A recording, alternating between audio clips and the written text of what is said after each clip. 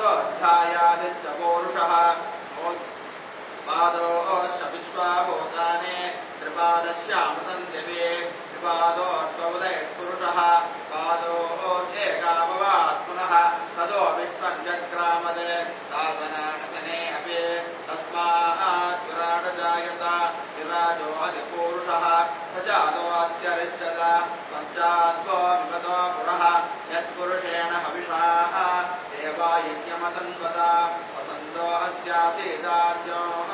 प्रेष्मयद्वशरद्दविः सप्तास्यासन् परिदयः त्रिसप्तसमिदकृताः देवादद्यन्तन्वानाः अवग्नन् पुरुषं वसो तय्यज्ञं वर्गति प्रोक्षन् पुरुषं जातमकृतः तेन देवा अयजन्त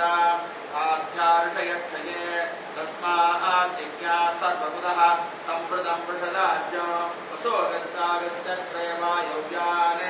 कारण्यान् ग्राम्याचये तस्माद्यज्ञा सर्वन्तः निजसामाद्यज्ञिरे नन्दागुंसुजज्ञिरे तस्माद् यजुस्तस्मादजायत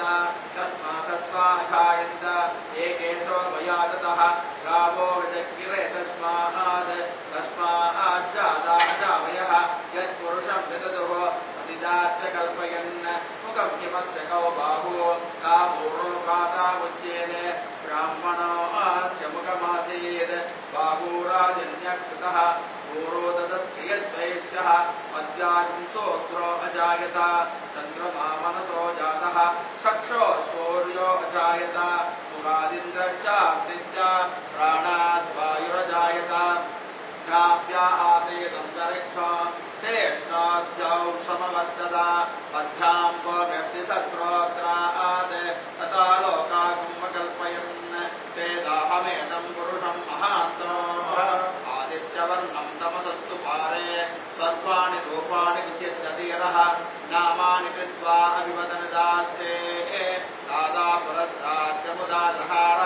चक्रप्रविद्वां प्रतिचक्षदस्रः तमेवं विद्वान् अमृतैकपदे नान्यपन्थायनाय विद्यते यज्ञेन यज्ञमयजन्त देवाः यानि धर्माणि प्रथमान्यासन्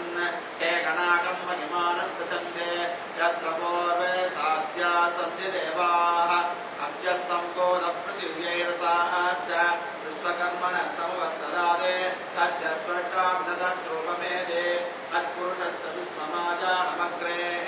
वेदाहमेदं पुरुषं महान्तो आदित्यवर्णं तमसः परस्ताद् तमेवं विद्वानमृतैकपदे नान्यपन्था विद्यते यनाय प्रजापतिश्चरति गर्भे अन्तः अजायमानो बहुधा विजायते तस्य धीरा परिजानन्ति योनिः मरेतेनां पदमिच्छन्ति वेदसः यो देवेभ्य आतपति यो देवानां पुरोहितः को यो देवेभ्यो जातः नमोर्चाय ब्राह्मये ऋचं ब्राह्मं जनयन्तः देवा अग्रे ततः ब्रुवन् यस्त्वैवं ब्राह्मणो विद्यात् तस्य देवाः सन्वसे प्रेक्षते लक्ष्मी सपज्ञो अहोरात्रे पार्श्वे नक्षत्राणि रूपम् अश्विनौ व्यात् इष्टं मनिषाण कमं मनिषाण सर्वं मनिषाण तगद्गतेर्षं देवं विश्वाक्षं विश्वसम्भुवं विश्वं नारायणं देवमक्षरं परमं वद विश्वदः परमा नित्यं विश्वं नारायणगं हरे विश्वमेवेदं पुरुषस्तद्विश्वमुपजीवते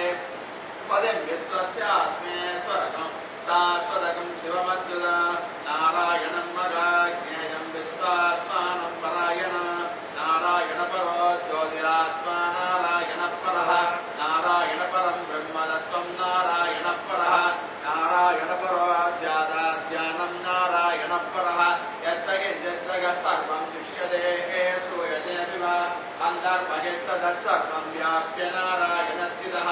अनन्तमव्ययं कविगं समुद्रयन्तं विश्वसम्भुवं बद्धकोशप्रत्येकासं हृदयञ्जाप्यतोमुखम् अतो नित्याविदश्चान्तेनाप्यामुपरितिष्ठते ज्वालमालाकुलं भाते विश्वस्यायतनं मगधे नन्दतगं शिलाविद्युलं पद्याकोशसन्निभं तस्यान्ते शृण्डकं सूक्ष्मं सर्वं प्रतिष्ठिता तस्य मध्ये महानग्ने विश्वात् विश्वतो मुखः सोऽत्रवत्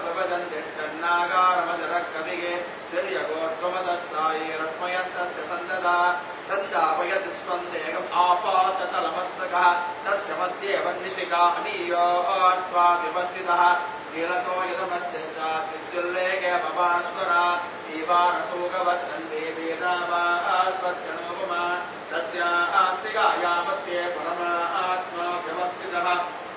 स ब्रह्म सदिवस्य